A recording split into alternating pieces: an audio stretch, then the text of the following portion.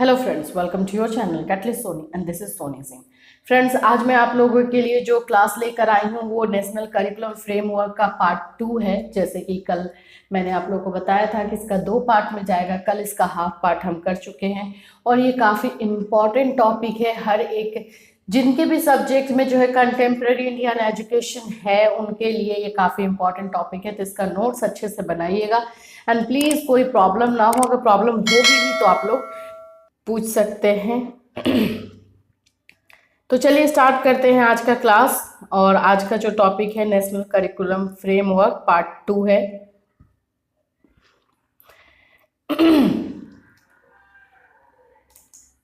चलिए सबसे पहले तो एनसीएफ जो हम लोगों ने कल किया नेशनल करिकुलम फ्रेमवर्क, उसका थोड़ा सा मैं कुछ डिटेल दे दूं जो कि इसका हाईलाइट पॉइंट आप बोल सकते हो।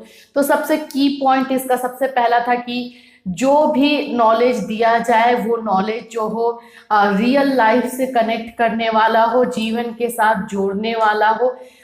उनको जो भी पढ़े वो क्लास में जो भी करे, जब उनकी पढ़ाई कंप्लीट हो तो उनको रियल लाइफ में भी वही सारी चीजें मिले। पहला इसका की पॉइंट ये है। सुनिश्चित करना कि अधिगम रटने की विधि से परे हो, रोट मेथड को हटाना। जो रोट मेथड पहले हमारे एजुकेशन सिस्टम में चलता था, तो रोट मेथड को हटाने की बात इसमें कही गई है। रोट मेथड का बहिष्कार आप बोल सकते हो किया गया है इसमें।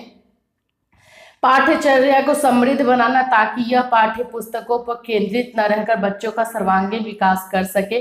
तो जो करिकुलम बनाया जाए उसमें ओवरऑल चीजों को जो है इंक्लूड की जाए, जैसे कि बच्चों का सिर्फ और सिर्फ एकेडमिक डेवलपमेंट ना होकर के ओवरऑल डेवलपमेंट हो।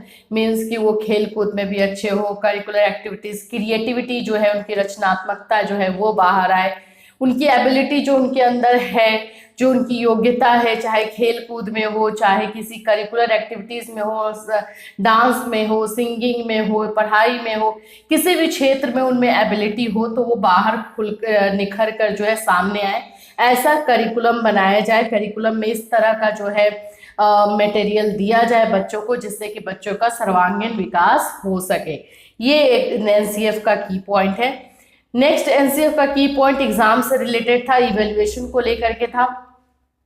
परीक्षाओं को अधिक लचीला और कक्षा कक्ष के जीवन के साथ समेकित करना, मतलब कि जो एग्जामिनेशन लिया जाए वो थोड़ा सा मॉडिफाइड हो, मतलब उसको टाइम टू टाइम पे मॉडिफिकेशन उसका किया जा सके।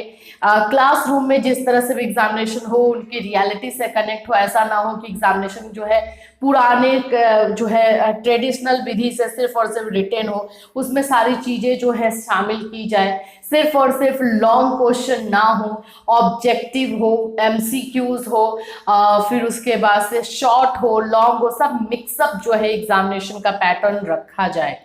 लास्ट हमारा जो इसका की पॉइंट, जो हाईलाइटेड पॉइंट हम बोलेंगे वो है देश की लोकतांत्रिक नीति के अंतर्गत सरोकारों का ध्यान रखते हुए निर्णायक पहचान को पोषण देना। मतलब कि कंट्री के लिए भी सोचना कि ऐसा नहीं है कंट्री के बारे में, क्योंकि हम अगर बच्चों का विकास सही तरीके से हो पाएगा, जैसे कि हम बोलते भी है बच्चे जो है देश के भविष्य होते हैं, तो अगर बच्चों का विकास सही तरीके से हो पाएगा तभी जो है वो कंट्री के बारे में सोच पाएंगे, उनके उसके लिए जो वो कर सकते हैं वो करेंगे। तो इस तरह से इन सारी सारी बातों पर ध्यान देना। तो एनसीएफ 2005 जो करिकुलम बनाया गया था वो काफी इंपॉर्टेंट है एजुकेशन की दृष्टि से देखें, स्पेशली इंडियन एजुकेशन की दृष्टि में देखें तो। और इसमें रोट मेथड, जो हम रटने वाली जो विधि का जो पहले फॉलो करते थे उसको पूरी तरीके से उसको हटा दिया गया। लर्निंग बाय डूइंग, मतलब करके खुद से सीखने के मेथड पे ज़्यादा जोर डाला गया। एक्टिविटी मेथड पे ज़्यादा जोर डाला गया। प्लेइंग मेथड पे ज़्यादा जोर डाला गया। तो ये सारी चीज़ें जो है एनसीएफ में हुई। और एक और जो मोस्ट इम्पॉर्टेंट पॉइंट, इसमें टोटली जो है चाइल्ड सेंटर्ड करिकुलम बनाया गया है, जिसमें बच्चों को सेंटर रखा गया, बच्चों के अकॉर्डिंग जो है एजुकेशन देने की बात कही गई और इम्प्लीमेंट भी की गई। कहने के लिए तो बहुत पहले से कहा जाता था, लेकिन इम्प्लीमेंट जो है 2005 से स्ट्रिक्टली इम्प्लीमेंट अगर बोले तो 2005 से किया गया। आइए अब हम देखेंगे कि इसकी आवश्यकता क्यों पड़ी, क्या जरूरत थी, क्या जरूरत है हमारे इंडियन एजुकेशन में इसकी। आइए, आता है ये क्वेश्चन, तो इम्पॉर्टेंट है, ध्यान से बनाइएगा।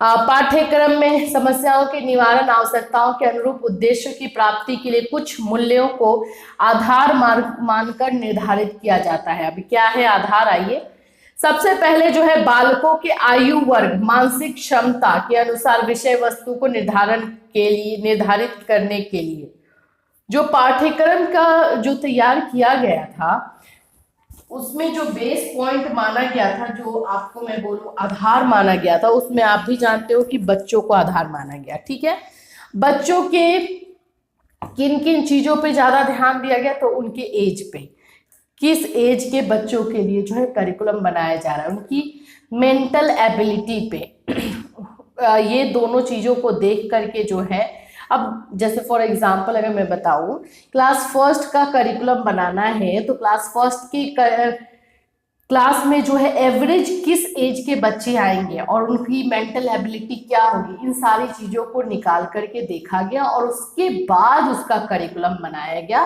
कि इन सारे बच्चों को कैसे और किस तरह के करिकुलम की जरूरत होगी उनके ओवरऑल डेवलपमेंट में। तो आप खुद सोचिए कि 2005 में जो नेशनल करिकुलम फ्रेमवर्क बना एनसीएफ, वो कितने हार्डवर्क के वजह से बना, और इसको ये जब इतना हार्डवर्क अगर लगा है तो डेफिनेटली ये जो है प्रॉफिटेबल या फिर बोले कि हमारे एजुकेशन के लिए यूजफुल तो होगा ही। दूसरा पॉइंट रखा गया, अध्यापकों के लिए पाठ्यक्रम अनिवार्य। शिक्षा क्यों, कब, किसको दी जाए, पाठ्यक्रम के अनुसार अध्यापक अपना पूर्व योजना बनाकर पूरी तैयारी से बच्चों में रुचि उत्पन्न कर पाठ प्रस्तुत करता है। देखिए यहाँ पर अब आपको लगेगा कि अच्छा अध्यापक के लिए कैसे पाठ्यक्रम अनिवार्य है, तो अध्यापक टीचर्स के लिए ये कंपलसरी कर दिया गया कि जो पाठ्यक्रम, जो करिकुलम बनाया गया है, उसी करिकुलम के अनुसार जो है बच्चों को शिक्षा दी जानी है। अब बच्चों को शिक्षा उस करिकुलम के अनुसार दी जानी है, तो आपको क्या करना होगा एज अ टीचर, आपको उसका लेसन प्लान बनाना होगा, पाठ योजना पहले से बना करके ले जा, अपने आप को पूरी तरीके से रेडी होके आप जाएंगे और उसमें किन किन चीजों का ध्यान देंगे पाठ योजना में, कि जो पाठ या जो टॉपिक आप पढ़ाने जा रहे हो बच्चे को जो है कैसे उसमें ज़्यादा से ज़्यादा इंटरेस्ट पैदा करो, कैसे बच्चे जो है इसमें ज़्यादा से ज़्यादा इंटरेस्ट लें, उन लोगों के लिए बोरिंग ना हो, उनको समझ में आए, ये सारी चीज़ों की प्लानिंग आप पहले से करके जाओगे। ये टीचर के लिए कंपलसरी कर दिया गया 2005 में। तीसरा था पाठ्यक्रम के अनुसार पाठ योजना बनाकर शैक्षिक सहायक सामग्री सहित पाठ प्रस्तुत करना। तीसरा, दूसरे पॉइंट में तो पाठ योजना बनाना था, तीसरे पॉइंट में जो पाठ योजना आप बनाएंगे उसमें टीचिंग एड्स यूज करेंगे। क्या यूज करेंगे? शैक्षिक सामग्री। अब ऐसा नहीं कि पाठ योजना बना लिए, लिखा हुआ है, जाके क्लासरूम में भी बोल दिए, जो जो लिखा हुआ था वो सारी चीजें बोल दिए और हो गया, नहीं। वैसा जो है 2005 में बिल्कुल जस्ट आप बोलिए तो मना कर दिया गया था, प्रोहिबिट कर दिया गया था, एकदम उस पर प्रतिबंध लगा दिया गया था। आप उसमें करना क्या था कि आप जब पाठ योजना अपनी बनाएंगे तो उसमें टीचिंग एड्स यूज करेंगे, उसमें जो है शैक्षिक सहायक सामग्री यूज करेंगे जो कि आपके टीचिंग को एनहेंस करे, बच्चों के लिए बोरिंग ना हो, बच्चों को इंटरेस्ट आए। क्योंकि जो उसमें चीज़ों को यूज किया जाएगा, जैसे मान लीजिए कि ऑडियो वीडियो ऑडियो विजुअल जो है वो यूज कर रहे हैं, उसमें कुछ वीडियो आप दिखा रहे हैं जो पाठ आप पढ़ाने वाले हैं उससे पहले, तो जाहिर सी बात है कि वो बच्चों के लिए इंटरेस्टिंग ही होगा ना। तो वैसा कुछ टीचिंग एड तैयार करके आपको ले जाना है क्लासरूम में, ये कंपलसरी किया गया। चौथा पॉइंट क्या था? विद्यार्थी अपनी आवश्यकताओं के अनुरूप और उद्देश्य पूर्ति के पाठ्यक्रम सहर्ष स्वीकार करता है।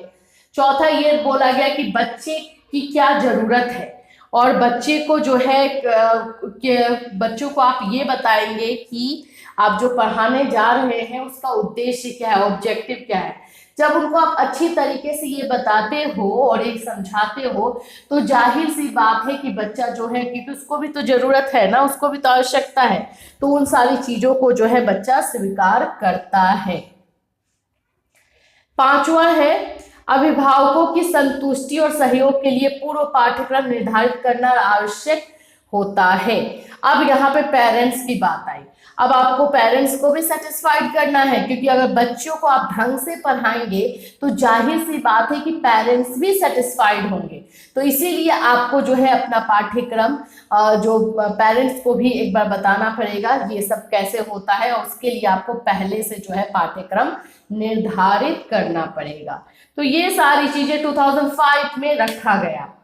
6 क्या है, मुख्य अध्यापकों के लिए निरीक्षण और परीक्षण के लिए पाठ्यक्रम की आवश्यकता है कि निश्चित समय तक अध्यापक ने क्या पढ़ाया और विद्यार्थियों ने कितना सीखा। अब ये जो रूल बना वो था मुख्य अध्यापक के लिए, मतलब कि अध्यापक के ऊपर भी अध्यापक होंगे जो कि उनके सीनियर टीचर आप बोल सकते हो। तो वो लोग जो है वो सारे टीचर्स को इवेल्युएट करेंगे कि उन्होंने जो पढ़ाया वो सही तरीके से पढ़ाया है या नहीं, और अगर जो चीजें पढ़ाई गई है, जो चीजें सिखाई गई हैं, बच्चे कितना सीखे हैं।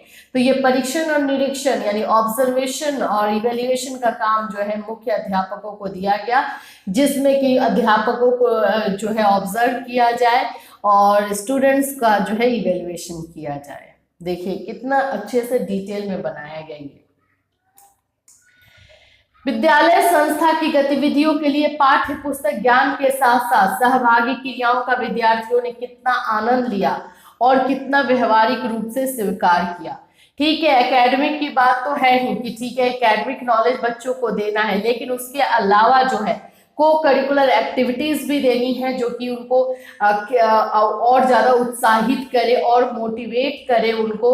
और उसमें हो सकता है डांस हो, सिंगिंग हो, कंपटीशन हो, किसी भी तरीके से बच्चों लोगों को करिकुलर एक्टिविटीज में भी इंगेज करना। और ये भी आपको देखना कि बच्चे कितना उस चीजों को पसंद कर रहे हैं और उनको कितना फायदा हुआ है उन सारी चीजों से, इन सारी चीजों का ध्यान रखना। 8 है, भाषाओं का ज्ञान क्यों अनिवार्य है। मातृभाषा के साथ साथ विश्व स्तरीय अंग्रेजी को व्यापार व्यवहार आदान प्रदान के लिए अनिवार्य है। ये जब लैंग्वेज की बात आई तो लैंग्वेज में ठीक है, सही बात है कि अपनी लैंग्वेज को तो सीखना ही है। तो जो हमारा लैंग्वेज है, हिंदी है, हमारा जो लोकल लैंग्वेज है, उस सब का जानकारी बच्चों को होना चाहिए। लेकिन उसके साथ साथ इंग्लिश को भी कंपलसरी किया गया, क्योंकि बच्चों को जो है इंटरनेशनल लेवल पे रेडी किया जा रहा था। तो इंटरनेशनल लेवल पे रेडी अगर कर रहे हैं बच्चों को, तो उनके लिए अंग्रेजी जो इंग्लिश है तो उसको भी सिखाना और उसका भी यूज होना बहुत जरूरी है। तो उसको भी कंपलसरी किया गया। विद्यार्थियों को लेन देन, क्रय विक्रय, दैनिक जीवन में प्रयोग, व्यवसाय, व्यवहार और व्यापार के लिए गणित का ज्ञान अनिवार्य है। लेन देन, विक्रय विक्रय व्यक्तिगत, सामाजिक, राष्ट्र और अंतर्राष्ट्रीय स्तर पर सभी के लिए उपयोगी और अनिवार्य है। मैथ्स को कंपलसरी कर दिया गया, मैथ सब्जेक्ट को कंपलसरी किया गया। 10th में जो है सोशल साइंस को कंपलसरी किया गया। इसमें पूर्वजों की कार्य प्रणाली, वर्तमान की आवश्यकता, परंपरागत सांस्कृतिक विरासत और आधुनिक परिस्थितियों के अनुकूल समन्वय के लिए सामाजिक विज्ञान के पाठ्यक्रम का अध्ययन अनिवार्य है। तो यहाँ पे सोशल साइंस को जो है कंपलसरी किया गया। तो लैंग्वेज कंपलसरी हुआ, मैथ्स कंपलसरी हुआ और सोशल साइंस कंपलसरी हुआ। सब्जेक्ट भी आप देखते चलिएगा। फिर उसके बाद आते हैं विज्ञान के बारे में। वैज्ञानिक विकास के लिए विज्ञान का अध्ययन करना, नए परीक्षण, अनुभव और नए आविष्कार करने के लिए विज्ञान का ज्ञान आवश्यक है। तो साइंस को भी कंपलसरी किया गया। ठीक है, 12th आइए, विद्यार्थियों को स्थानीय वातावरण, पर्यावरण, समुदाय से संबंध और व्यवहार के लिए दैनिक आवश्यकताओं की पूर्ति के लिए क्षेत्रीय ज्ञान होना अनिवार्य है। जिस क्षेत्र में बच्चा रह रहा है वहां के बारे में उसको जानकारी होनी चाहिए, वहां के वातावरण के बारे में, वहां के एनवायरनमेंट के बारे में, वहां के रिलेशनशिप के बारे में, वहां की जरूरतों के बारे में इसका नॉलेज होना चाहिए। तो ये भी जो है इंक्लूड किया गया। कक्षा कक्ष, विद्यालय प्रांगण से बाहरी वातावरण, परिस्थितियों को जानने के लिए शैक्षिक ऐतिहासिक भ्रमण भी आवश्यक है, जो पुस्तकीय ज्ञान से भी अधिक आवश्यक है। तो यहाँ पर एक और चीजों को कंपलसरी किया गया जो कि हम लोग स्टडी टूर पे जाते हैं। इसमें बोला गया कि टाइम टू टाइम पे बच्चों को जो है बाहर शैक्षिक जिसको हम बोल सकते हैं शैक्षिक ऐतिहासिक भ्रमण, उसमें ले जाना, जिसमें कि बच्चों को ऐसी जगह पे लेकर के जाना जो कि उनके ज्ञान के लिए जरूरी हो, जो उनकी स्टडी के लिए जरूरी हो। और इसको कंपलसरी किया गया है स्कूल्स में कि जो है ऐसे तो बोला 2 बार गया है, लेकिन एक बार जो है कंपलसरी है कि बच्चों को स्टडी टूर पर लेकर के जाना, तो इसको कंपलसरी किया गया। बौद्धिक ज्ञान के साथ साथ व्यवसायिक विषयों का अध्ययन भी अनिवार्य है ताकि शिक्षा प्राप्ति के उपरांत रोजगार आदि अपना कर आत्मनिर्भर जीवन व्यतीत कर सके। एकेडमिक बौद्धिक ज्ञान तो जरूरी है ही, ये बात तो ये मानते ही हैं, लेकिन साथ में हमें वोकेशनल कोर्सेस, ये व्यवसायिक कोर्सेज के बारे में भी जानकारी होनी चाहिए ताकि शिक्षा कंप्लीट करने के बाद जो है बच्चे रोजगार के लिए भटके नहीं और रोजगार करके अपना जीवन यापन कर सके और सेल्फ डिपेंडेंट बन सके। प्रजातांत्रिक सफलता के लिए विद्यार्थियों को अपने अधिकार और कर्तव्य धर्मनिरपेक्ष अपने विचार प्रकट करने, देश के किसी भी भाग में रहने, व्यवसाय करने, वोट का महत्व समझकर उसका उचित उपयोग करने के लिए राजनीति और प्रजातांत्रिक शासन व्यवस्था का ज्ञान आवश्यक है ताकि पूर्ण रूप से प्रजातंत्र शासन व्यवस्था स्थापित हो।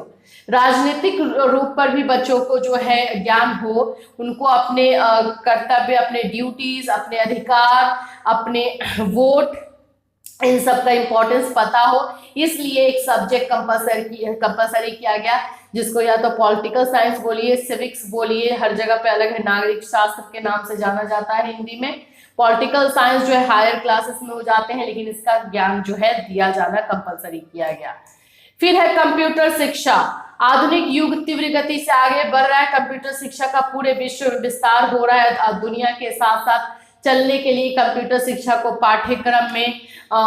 पाठ्यक्रम में उसकी आवश्यकता है, इसलिए जो है कंप्यूटर शिक्षा को भी कंपलसरी किया गया।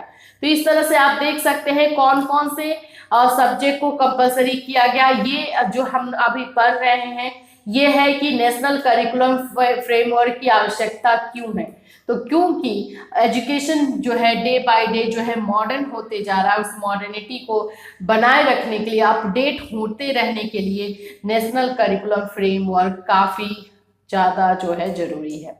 स्वास्थ्य और शारीरिक शिक्षा। दुनिया का प्रथम सुख शांति निरोगी काया है। तन मन स्वस्थ है, सब कुछ करने में सक्षम होता है, इसलिए विद्यालयों में स्वास्थ्य संबंधी पाठ्यक्रम की नितांत आवश्यकता है। तो इसलिए शारीरिक शिक्षा, स्वास्थ्य, हेल्थ एंड एजुकेशन, इससे रिलेटेड जो है कोर्स को भी इंक्लूड किया गया और कंपलसरी किया गया। प्रतिभाशाली सामान्य बुद्धिहीन बच्चों को अध्यापन के लिए पूर्व पाठ्यक्रम की आवश्यकता है, जिससे अध्यापक बच्चों को उपलब्धि, क्षमता, योग्यता के अनुसार विभिन्न शिक्षण विधियों से विभिन्न स्तर के बच्चों को शिक्षा देने में सफल और सक्षम प्रमाणित हो। तो यहाँ पर गिफ्टेड स्टूडेंट्स के लिए बोला गया कि गिफ्टेड स्टूडेंट्स के लिए भी एक पाठ्यक्रम तैयार होना चाहिए जिसमें जो है टीचर को उनको फाइंड आउट करे और फाइंड आउट करके उनको उनके अकॉर्डिंग जो है शिक्षा दे। हर एक बच्चों को उनके अकॉर्डिंग, मैथोलॉजी के अकॉर्डिंग जो है शिक्षा प्राप्त होनी चाहिए।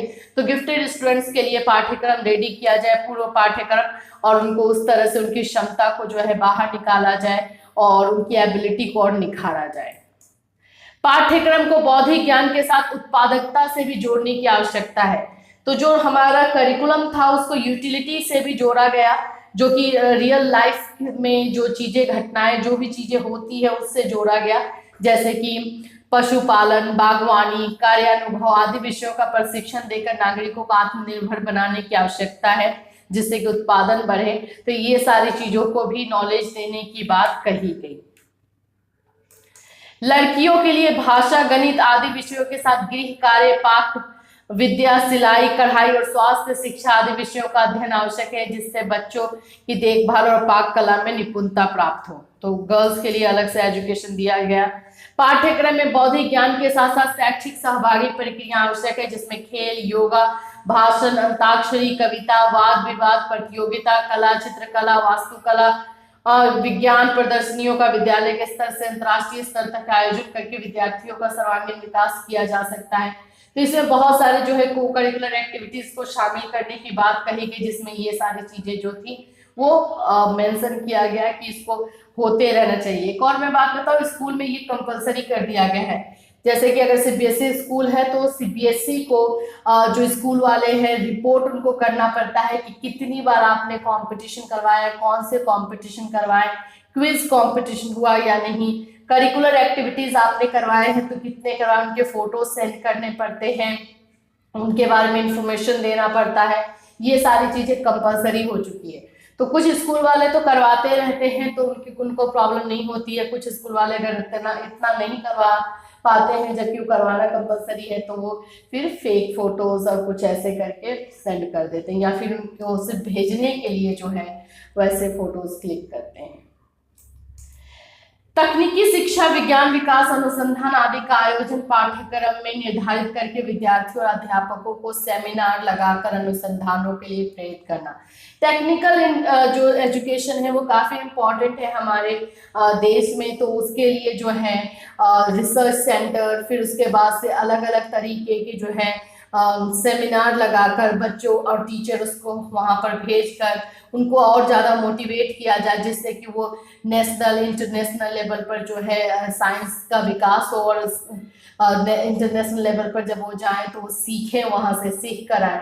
तो इन सारी चीज़ों का जो है कंपलसरी, ये जो भी एनसीएफ बना ना बहुत स्ट्रिक्टली लागू करवाया गया। मुझे याद है कितना स्ट्रिक्टली ये लागू करवाया गया था। और हमारे देश की हालत तो आप जानते हैं, जल्दी कोई नया चीज एक्सेप्ट करने के लिए रेडी नहीं होता है। बहुत सारे टीचर्स पे फाइन हुआ, निकाला गया, सस्पेंड किया गया नहीं मानने की वजह से, लेकिन ये चीजें लागू कर दी गई हैं। आज के डेट में ये चीजें लागू हो गई हैं, जो कि अब कुछ और भी चेंजेस में आ रहे हैं। 23 है हमारा पाठ्यक्रम मूल्यांकन की परंपरागत पद्धति को, यहाँ पे इवैल्यूएशन का था तो इवैल्यूएशन को चेंज कर दिया गया और ग्रेडिंग पद्धति को अपनाने की आवश्यकता, ग्रेडिंग का जो है सिस्टम वो स्टार्ट किया गया। तो और वाइवा जो है वो लिया जाने लगा, मौखिक परीक्षा को जोड़ दी गई। तो इस तरह से जो है चेंजेस किए गए एनसीएफ के अकॉर्डिंग और स्ट्रिक्टली लागू किए गए। देखिए ऐसे चेंजेस करने के लिए तो बहुत सारे किए गए ना, 1986 में, 1992 में, तो 52 में, ये सब। 2005 का क्या हुआ ना, स्ट्रिक्टली इम्प्लीमेंट भी करवाया गया, इसीलिए ये ज्यादा कारगर रहा। तो ये आपके रहे एनसीएफ के बारे में, एनसीएफ 2005 के बारे में। अब आइए एक दो पिक्चर और है इंग्लिश स्टूडेंट्स के लिए यहाँ पर है।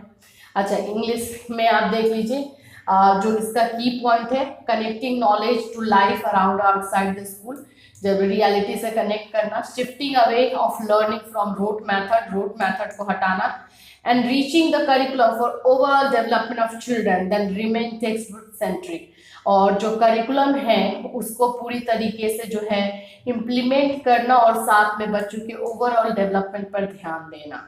Making examination flexible and integrated into life, जो एग्जामिनेशन का पैटर्न है उसको फ्लेक्सिबल बनाना और इस तरह से रखना कि वो उनकी रियल लाइफ में भी यूज हो। Nurturing and an identity under carrying democratic concern of the country, बच्चों को इस तरह से ज़्यादा समझाना या फिर उनको ये एहसास दिलाना सिटीजनशिप के बारे में और ये सब चीज़ों के बारे में।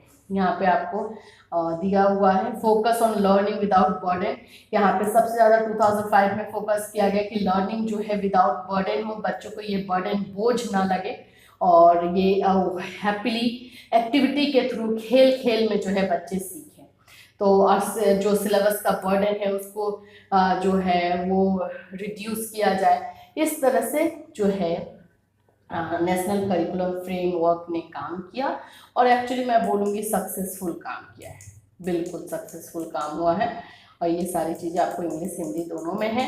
दोनों का पीडीएफ आपको टेलीग्राम पर मिलता है, टेलीग्राम से लेकर के नोट्स बनाइएगा। नोट्स बनाने के लिए जो कल आपने बनाया उसी में इसको इंक्लूड करेंगे आवश्यकता के नाम पे, और की पॉइंट करके जरूर लिख दीजिएगा कि जो एनसीएफ है उसका की पॉइंट क्या है। तो की पॉइंट ये है, एक और की पॉइंट इसमें ऐड कर दीजिएगा, चाइल्ड सेंटर्ड एजुकेशन को फुल्ली फॉलो एंड इम्प्लीमेंट किया गया। तो ये भी की पॉइंट इंक्लूड कर दीजिएगा। तो की पॉइंट अलग से बना लीजिएगा 2005 एनसीएफ की पॉइंट्स, और ये हमारी आवश्यकताएं हैं, हमें एनसीएफ की आवश्यकता क्यों पड़ी उसके बारे में ये सारे पॉइंट्स हैं। पॉइंट्स बहुत ज़्यादा हैं, आप चाहें तो इसको शॉर्ट कर सकते हैं। 23 पॉइंट्स है तो एटलीस्ट 20 कीजिए, 15 कीजिए, लेकिन सारे पॉइंट्स को इंक्लूड कीजिएगा।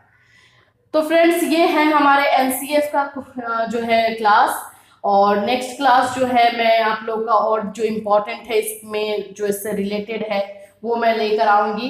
बहुत सारे स्टूडेंट्स ने भी मुझे सजेशन दिया था कि मैम ये भी करवा दीजिए कंटेम्प्रेरी में, तो अब मैं आप लोगों का सजेशन जो था उसको भी लेकर के आऊँगी, जिसमें से कुछ सजेशन जो है मुझे बिहार से, कुछ यूपी से, कुछ राजस्थान से मिले हुए हैं, तो वो सारी चीज़ें हम कंप्लीट करेंगे। सो फ्रेंड्स कल मिलेंगे, till then have a nice day. Notes बनाते रहिए, अच्छे से प्रिपरेशन करते रहिए।